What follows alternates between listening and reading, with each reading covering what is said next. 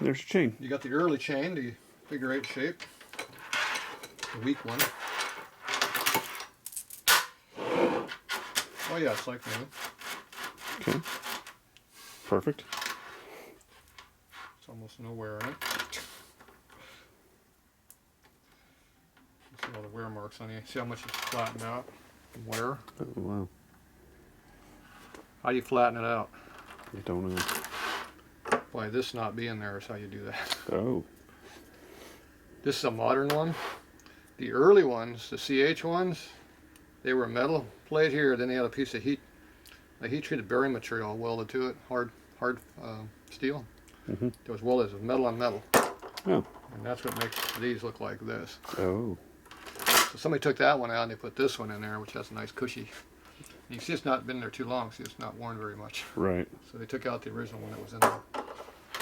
This is your 60 styles, but the 50 ones, like I said, they were metal. They were hard face and each chains up. So anyway, the oval shaped lengths are the stronger ones. Diamond used to make them like that, not anymore. There's some other brands, but anyway, this chain's pretty used up. So then we got our spring plate here. We got our special nuts here. So these have cups that come up like a British bike does it.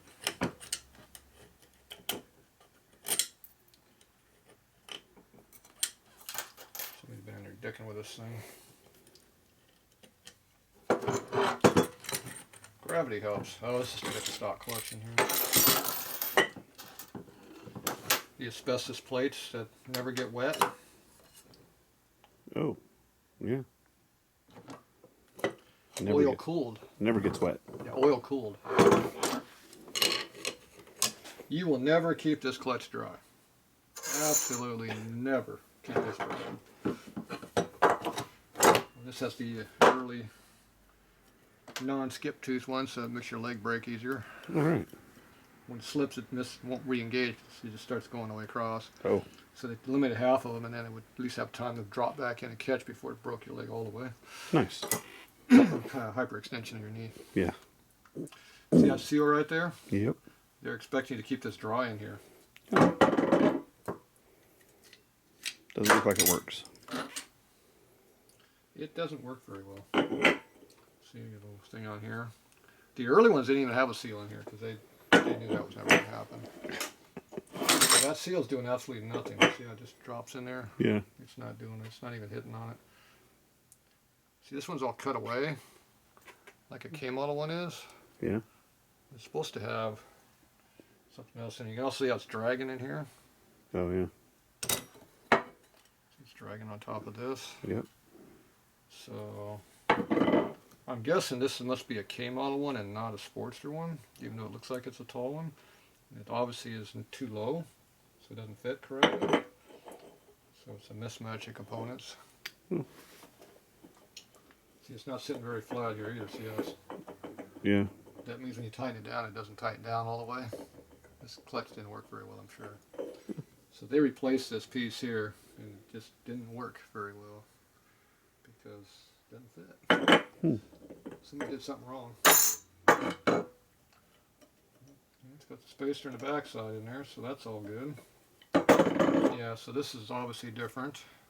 And you can see how these are all being ground. Yeah. We're hitting. Because it doesn't match. Wrong ones. Yeah, these parts are non-compatible. So you got your inner spring, your inner plate's a thicker one than your normal one. Yep. This is your backing plate. So that goes in. I forget which way it goes in. Maybe it goes on top of this. I think it goes with the, this lip here is supposed to be up. It looks like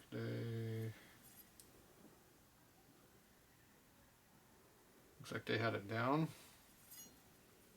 I think it's supposed to be up. It's been a while since I worked on these early ones. See how it works really good?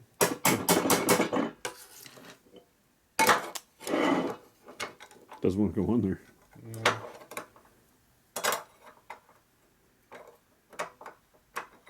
Burrs on here someplace. Oh yeah. Doesn't like me. Somewhere there's going to be one of these that lines up with that mark and it goes down. Right there. So you got steel in there first. Well, these are modern plates. They got all cut out here for warpage. The early ones are solid. So these are updated. So these are asbestos. At least the original ones were. You have to go grind them and smell them and tell if they really are asbestos or not. Nah, I'll pass. But I guarantee you this clutch is kind of sticky. So the first thing you do with all this crap is never try to keep it dry in here because it's never going to happen. So what you do is you just leave this off, let the oil freely go in and out of it, like a wet clutch is, Okay. and then put wet plates in there instead of these stupid dry plates. And while you're at it, put the extra plate Barnett one in there, which is 8 plates, Kevlar, and you have a lot more clutch area too. Oh. Then your bike will release better and work better. And if you keep the light springs that come with it, which these are new ones, see how nice and clean they are. Yeah. Then you can run the, you have a nice light clutch. Now if you put the racing springs in that comes with the kit, then it's going to be a little stiffer. Yeah. But you don't need to, just you got the extra plate, leave the stock springs in there, the clutch will work a lot better. It'll be nice and light, so you know, like a girl can use it, or one of the girly guys. Yeah. You've seen those type. And then you run those. And it works.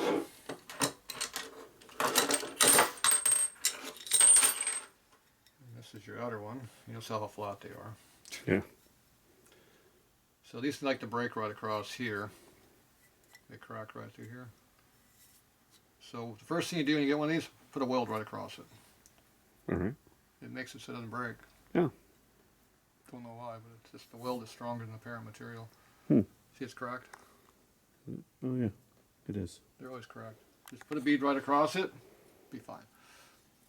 Worked perfect. Have to deal with it.